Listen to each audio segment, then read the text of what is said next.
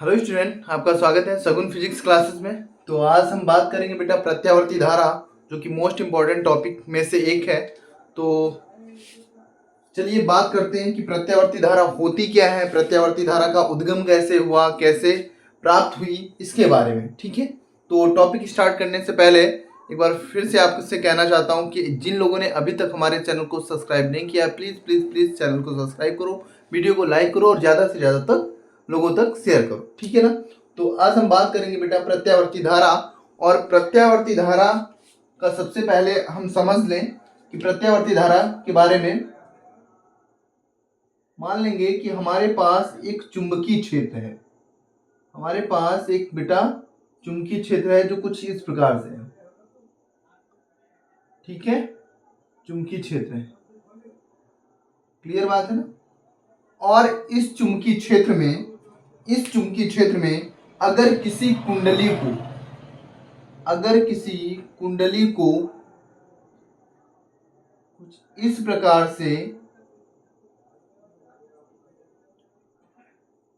प्रकार से कुंडली को रख कर क्या किया जाए बेटा, इसको घूर्णन करवाया जाए, है ना। घूर्णन मतलब घूमना, है ना। घूर्णन करवाया जाए, कहीं घूर्णन गति हो, मतलब इस कुंडली में कैसी गति हो बेटा, घूर्णन गति हो।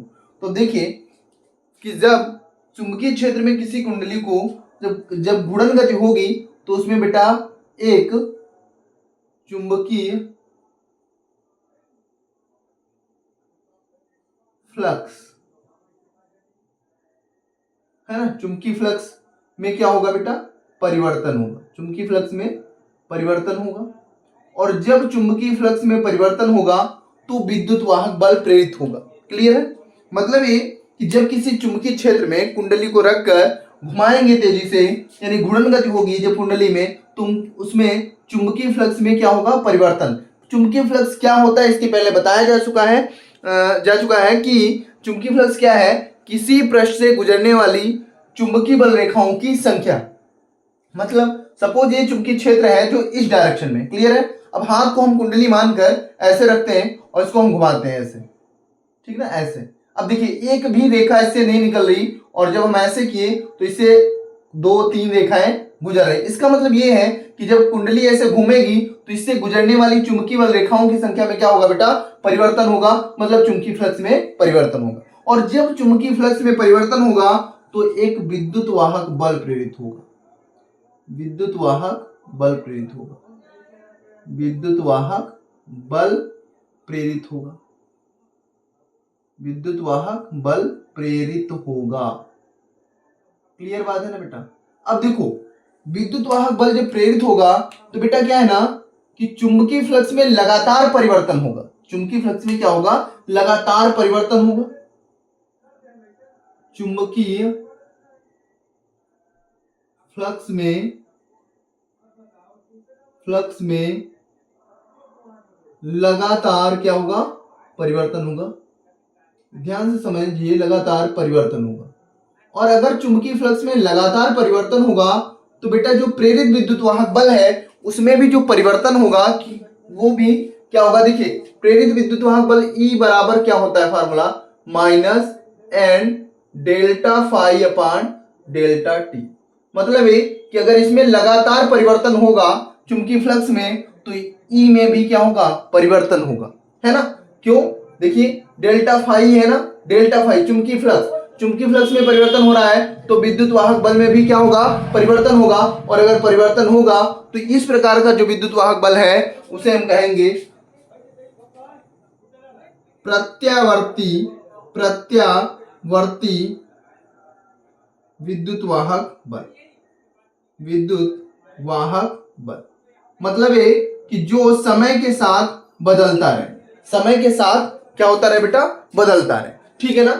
तो समझ में आ गया कि प्रत्यावर्ती धारा क्या है। जब किसी चुंबकीय क्षेत्र में किसी कुंडली को रखकर तेजी से घूर्णन करवाते हैं तो चुंबकीय फ्लक्स में परिवर्तन होगा। और जब चुंबकीय फ्लक्स में परिवर्तन होगा तो विद्युत वाहक बल प्रेरित होगा। और यह विद्युत वाहक बल जो है ये चुंबकीय, अभी ये भी देखना पड़ेगा कि अगर कुंडली को घुमाएंगे तो उसमें जो चुंबकीय फ्लक्स में परिवर्तन है वो लगातार होगा बेटा। और चुंबकीय फ्लक्स में अगर परिवर्तन लगातार होगा तो आपने पढ़ा है E बराबर -N delta phi upon delta t. मतलब है कि डेल्टा फाई में लगातार अगर परिवर्तन हो रहा है तो विद्युत वाहक बल में भी लगातार परिवर्तन होगा। और इस प्रकार हम कह सकते हैं कि यहाँ पर जो विद्युत वाहक बल उत्पन्न होगा वो प्रत्यावर्ती होगा। प्रत्यावर्ती मतलब कि उसमें लगातार विद्युत वाहक बल में लगातार क्या होता रहेगा बेटा, परिवर्तन होता रहेगा। दूसरी बात ये भी कह सकते हैं कि देखिए जब ऐसे घुमाएंगे, ऐसे यहाँ पे देखिए हाथ को ऐसे, ये कुंडली है, इसको जब हम ऐसे करेंगे तो यहाँ से एक भी रेखा नहीं निकलेगी, तो यहाँ पर E बराबर क्या होगा, 0। यहाँ पे हम लिख सकते हैं जब, यहाँ पे देखिए मतलब जब ऐसे तो E मैक्सिमम होगा, और जब ऐसे तो ये 0, फिर ऐसे मैक्सिमम, फिर ऐसे 0। मतलब ये कि एक चक्कर पूरा कंप्लीट करेगी जब कुंडली, हम यहाँ पे लिख रहे हैं एक चक्कर गुणन करने पर चुंबकीय फ्लक्स का, यानी चुंबकीय फ्लक्स का फाई बी 2 बार क्या होगा बेटा, अधिकतम होगा, 2 बार अधिकतम होगा तो 2 बार क्या होगा बेटा, न्यूनतम होगा, 2 बार क्या होगा, न्यूनतम होगा। मतलब है कि एक चक्कर पूरा करने पर ना चुंबकीय फ्लक्स का मान 2 बार अधिकतम होगा और 2 बार क्या होगा, न्यूनतम होगा। अब देखिए अगर 2 बार अधिकतम और 2 बार न्यूनतम होगा तो जो प्रेरित विद्युत वाहक बल है उसकी वैल्यू भी 2 बार मैक्सिमम होगी और 2 बार न्यूनतम होगी, है ना, यानी मिनिमम होगी। तो यहां पर प्रेरित विद्युत वाहक बल का भी मान क्या होगा बेटा, महत्तम होगा, और यहां पर E क्या होगा, न्यूनतम होगा, न्यूनतम। अब कैसे, यहां पर एक बात ये भी जान लीजिए कि कब मैक्सिमम होगा और कब मिनिमम होगा बेटा। तो हम कह सकते हैं नंबर 1, जब कुंडली चुंबकीय क्षेत्र के लंबवत हो, जब कुंडली चुंबकीय क्षेत्र के बेटा लंबवत हो, जब कुंडली चुंबकीय क्षेत्र के क्या हो बेटा, लंबवत हो, है ना, लंबवत हो तो फाई, अब लंबवत का मतलब है ऐसे, है ना, तो फाई का जो मान है, फाई बी का मान है वो मैक्सिमम होगा, और अगर फाई बी का मान मैक्सिमम होगा तो ई का भी मान क्या होगा बेटा, मैक्सिमम होगा। क्लियर बात है ना, मतलब अगर कुंडली ऐसे है और चुंबकीय क्षेत्र इस डायरेक्शन में है, ऐसे कुंडली रखी है, तो यहां पर फाई बी का मान मैक्सिमम होगा और ई का भी मान मैक्सिमम होगा। क्लियर है। लेकिन यदि यहां पे हम लिखे रहे हैं बेटा, यदि कुंडली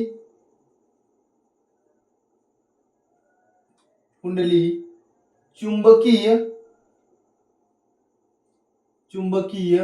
क्षेत्र के अनुदिश हो बेटा, अनुदिश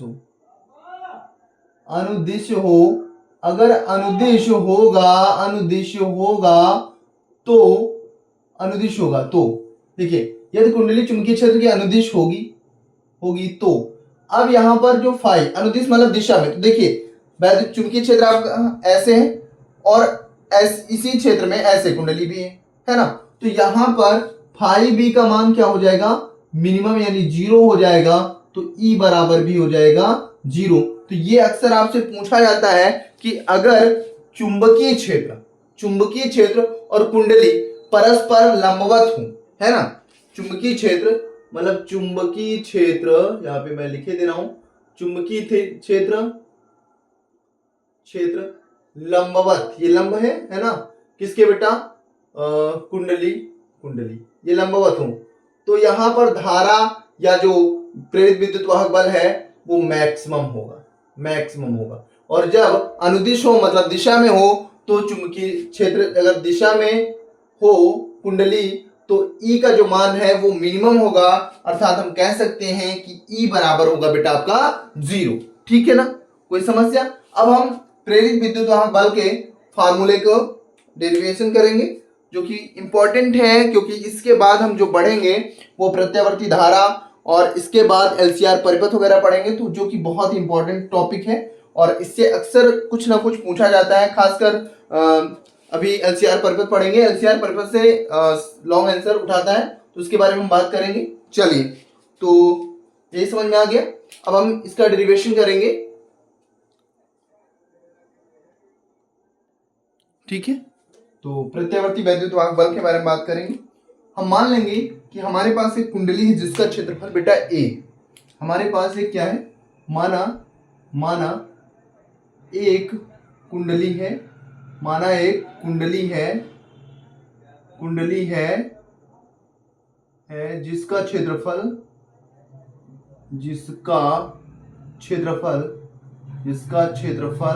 ए, ठीक है ना बेटा। और कुंडली में फेरों की संख्या भी तो मानेंगे, तो मान लेंगे कि कुंडली में फेरों की संख्या क्या बेटा, n है, कैपिटल n है। क्लियर है ना। कुंडली में फेरों की संख्या अगर कैपिटल n है और कुंडली का क्षेत्रफल ए है, सॉरी, कुंडली का क्षेत्रफल क्या बेटा, ए। अब क्या है कि यहां पर हम बात करें तो कुंडली जब घूमेगी, मान लेते हैं कि ये आपका एक चुंबकीय क्षेत्र है, ये हमारे पास एक चुंबकीय क्षेत्र है,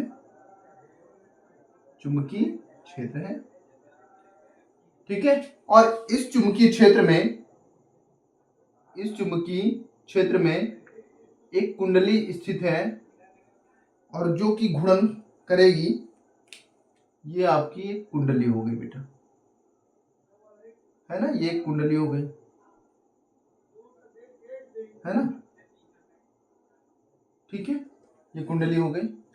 अब ये जो कुंडली घूमेगी तो हम मान सकते हैं कि इस कुंडली का जो क्षेत्रफल है वो बेटा ए है और कुंडली में फेरों की संख्या क्या है, n है। और कुंडली जब घूर्णन करेगी तो उसका एक कोणीय वेग भी होगा, तो हम लिखेंगे कि कुंडली का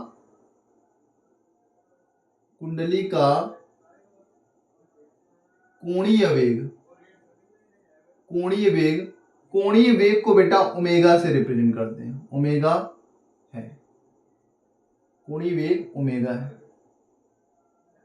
ठीक है। और ओमेगा हमेशा बेटा कांस्टेंट रहता है, नियत रहता है, ओमेगा हमेशा नियत। एक बात याद रखिएगा, ये कोणीय वेग है। कोणीय वेग मतलब जब कोई गुणन गति करता है तो वहां पे या कोई सर्कुलर मोशन होती है, वृत्तीय गति होती है, तो वहां पर कोणीय वेग होता है। तो कोणीय वेग क्या है, तो हम कह सकते हैं, देखिए जैसे मान लेते हैं कि ऐसे गोल गोल ऐसे घूमे, तो हम कह सकते हैं कि इसके पथ पर जो इसका वेग है वो कोणीय वेग होगा। डिफिनेशन वगैरह जब आपको बताया गया, जब कोई किसी की जो गति है वो सरल रेखी ना होकर घूर्णन हो या वृत्तीय हो, तो वहां पर हम वेग ना लेकर कोणीय वेग लेते हैं, बस इतना याद रखें। यदि कोई वस्तु या कोई कण या कोई पार्टिकल अगर घूर्णन गति कर रहा है, मतलब घूम रहा है, या कोई वृत्तीय गति कर रहा है, तो वहां पर जो वेग होता है उसे बेटा कोणीय वेग कहते हैं और इसे हम ओमेगा से प्रदर्शित करते हैं। क्लियर है ना। अब देखिए, अगर हम बात करें तो यहां पर फाई फ्लक्स निकालेंगे, कुंडली से गुजरने वाला फ्लक्स, कुंडली से गुजरने वाला फ्लक्स। अब यहां पे थोड़ा समझना पड़ेगा बेटा, समझना ये पड़ेगा कि ऐसा यहां पर अगर हम बात करेंगे, जरा इसको ऐसे समझ लीजिए, फाई बी बराबर क्या होगा बेटा, बी ए कॉस थीटा। क्लियर है ना। लेकिन थीटा क्या है बेटा, थीटा बराबर होता है, ये होता है कोणीय विस्थापन, है ना, कोणीय विस्थापन। और कोणीय विस्थापन बराबर होता है, अगर हम बात करें तो हो जाएगा ओमेगा इंटू टी। ओमेगा क्या है बेटा, कोणीय वेग इंटू समय टी, यहां पे हम रख सकते हैं। तो फाई बी बराबर हो जाएगा बी ए और यहां पे हो जाएगा कॉस ओमेगा टी, ऐसा कर सकते हैं। या इसको यहां पर थोड़ा सा समझ लीजिए कि फाई बी बराबर बी ए कॉस थीटा ही रखिए और यहां से इसको बाद में हम कर लें, थोड़ा सा इजी हो जाएगा। चलिए देखते हैं, या यहीं से सॉल्व कर सकते हैं, कोई दिक्कत नहीं। तो बी ए कॉस ओमेगा टी हो गया। यहां तक समझ में आया, कोई समस्या है? ठीक है, एक बार चेक कर लेते हैं, सब ठीक ठाक है। फ्रेम वगैरह ठीक है बेटा, सब सही है, कोई दिक्कत नहीं। फ्रेम वगैरह सबसे ठीक है। तो यहाँ पर फाइव बी बराबर हो गया बी ए कॉस ओमेगा टी। अब देखिए ये बेटा क्या है, फाइव बी है, मतलब चुंबकीय फ्लक्स। अब देखिए क्या है ना कि ये चुंबकीय फ्लक्स लगातार एक ही नहीं रहेगा बेटा, ये समय के साथ बदलेगा। तो हम क्या करेंगे, समय के सापेक्ष इसका अवकलन करने पर, समय के सापेक्ष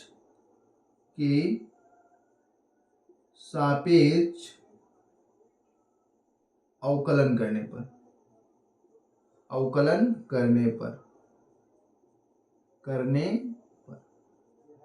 तो समय के सापेक्ष अवकलन जब करेंगे तो यहां पे हो जाएगा बेटा d phi B by d t बराबर क्या होगा, बराबर होगा यहाँ पे देखिए डी बाई डी टी और यहाँ पे हो जाएगा बी ए कॉस ओमेगा टी।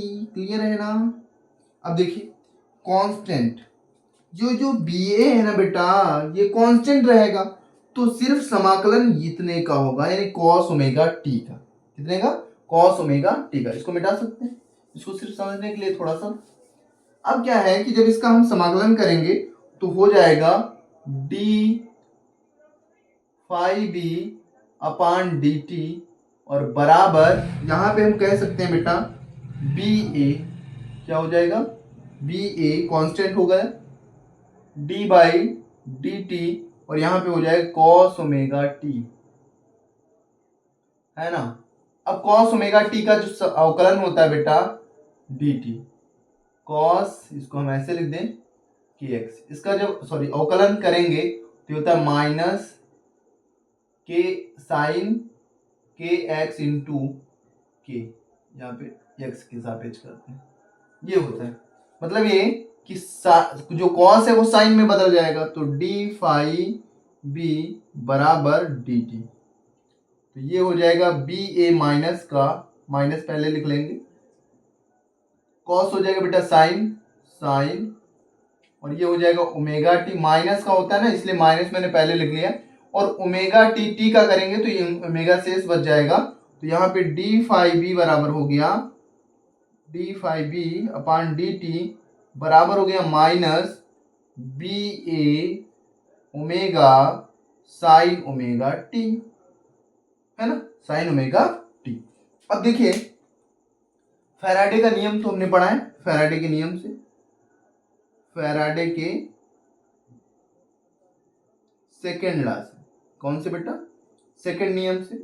और फैराडे का जो सेकेंड नियम है वो E बराबर कहता है minus N d phi B by d t. इसकी वैल्यू हमने यहां से निकाली, ये वैल्यू पुट अप करेंगे, है ना। तो E बराबर, बात देख लेता हूं फिर, ठीक है कोई दिक्कत नहीं।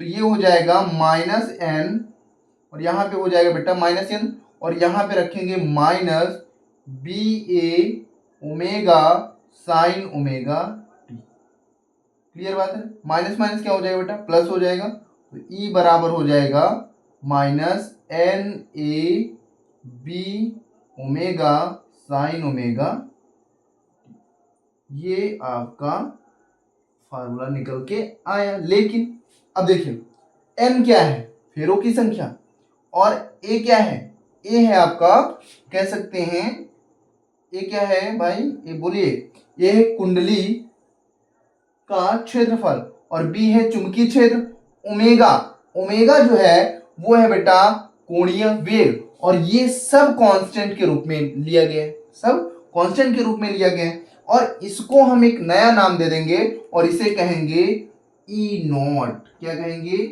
ई नॉट, ठीक है। अरे कट गया, ठीक है, इसको हम यहाँ पे लिख लेते हैं, ये तो यहाँ पे लिख लेते हैं यहाँ पे। तो ई बराबर बेटा क्या हो गया, माइनस माइनस माइनस तो प्लस हो गया, है ना, प्लस रहेगा, एन ए बी और ओमेगा भी रहेगा और साइन ओमेगा टी। क्लियर है ना। और एक बात, तो यहां पर अगर बात करेंगे तो इसको हम एक नया नाम दे देंगे जिसे हम कहेंगे ई नॉट। क्या कहेंगे? E naught. तो ई बराबर हो जाएगा E naught sine omega T. Clear है ना? और ई नॉट बराबर हमने माना क्या बेटा, यहां पे लिख दे रहा हूं, ई नॉट बराबर N A B omega. Clear है ना बेटा? और ई जो होता है ई नॉट, इसको कहते हैं शिखर मान। क्या कहेंगे? शिखर मान। शिखर मान। शिखर मान। ठीक है। और किसका शिखर मान बेटा? ये क्या पढ़ रहे हैं? प्रत्यावर्ती वैद्युतवाहक बल। यहां पे लिख सकते हैं प्रत्यावर्ती वैद्युतवाहक बल। वैद्युतवाहक बल का ये क्या, कौन सा मान होगा बेटा? शिखर मान होगा ई नॉट। ठीक है। और इसकी वैल्यू कांस्टेंट के रूप में मिलेगी, जो भी मिलेगी कांस्टेंट के रूप में मिलेगी। क्यों?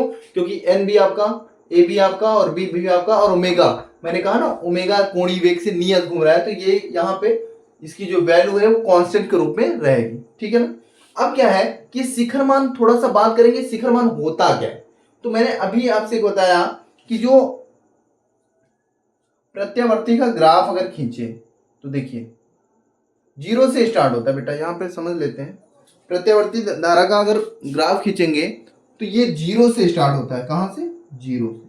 और फिर जीरो, फिर 90 जब होगा, उसके बाद 180, और फिर 300, 270, और फिर 360। इसको अभी समझ लेते हैं, बाद में शिखर। अब देखिए यहां पर अगर बात करेंगे तो साइन का जो ग्राफ होता है वो ऐसे चलता है।